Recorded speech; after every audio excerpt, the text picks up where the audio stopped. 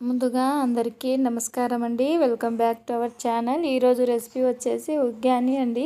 ఇది Rayalaseema special recipe అన్నమాట. ఇంట్లో ఏమీ లేనప్పుడు ఇది చాలా తొందరగా చేసుకునే రెసిపీ. ఫస్ట్ అయితే స్టవ్ వెలిగించి కడాయి పెట్టి అందులో పోపు దినుసులు యాడ్ చేసేసాను. ఆ తర్వాత నేను పుట్నాల పొడి కూడా వన్ సైడ్ ప్రిపేర్ చేసుకుంటున్నాను. పుట్నాల పొడికి కావాల్సింది ఫస్ట్ పుట్నాలు, వెల్లుల్లి రబ్బలు, ఉప్పు, కారం వాటిని మిక్సీ పట్టుకోవాలి. ఇక్కడైతే ఆ తిరువాత గింజలు కూడా కొంచెం వేగినాయి. ఆ తర్వాత సన్నగా తరిగి పెట్టుకున్న ఆనియన్స్ని నేను 2 తీసుకున్నానండి. అవి కూడా యాడ్ చేసేసాను.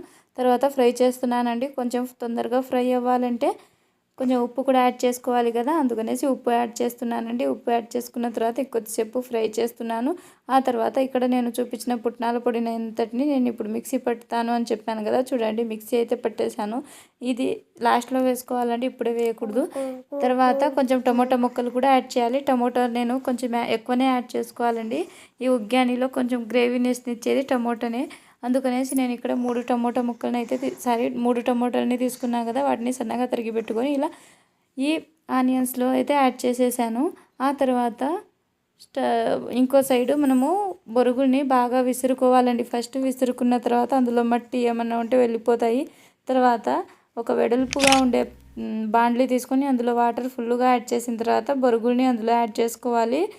ఎంత క్వాంటిటీ కావాలో అంత యాడ్ చేసేసుకొని నీట్గా వాష్ చేసుకోవాలండి. మరి ఇంకో నీళ్ళలోకి అట్లా వాష్ చేయనీకి ఉండదు కదా, ఒకేసారి ఎక్కువ నీళ్ళలో వాష్ చేసుకోవాలి. చూస్తున్నారా, ఇదిగోండి ఇలా మట్టి అంతా కింద వచ్చేసింది చూడు. యాక్చువల్గా బొరుగుల్ని మట్టిలో ప్రిపేర్ చేస్తారు కదా, అందుకనేసి ఇదిగోండి ఇలా పొడి పొడిగా ఉండే విధంగా మనము ఆ బొరుగులో నుంచి వాటర్ని సపరేట్ చేసి పక్కన ఉంచేసుకోవాలి.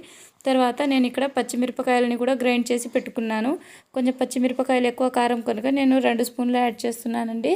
అంటే నేను 4 పచ్చిమిరపకాయలే తీసుకున్నాను అన్నట్టు. ఆ తర్వాత కొంచెము పసుపు కూడా యాడ్ చేసుకోండి. పసుపుని కూడా యాడ్ చేసిన తర్వాత అవి బాగా ఫ్రై అవుతున్నప్పుడు అందులో కొంచెం కొత్తిమీరని యాడ్ చేసుకోవాలి. కొత్తిమీర ఏ వస్తువైనా సరే కొంచెం నీట్గా కడిగి తర్వాత యాడ్ చేసుకోండి, ఏదైనా వంట ప్రిపేర్ చేసేటప్పుడు.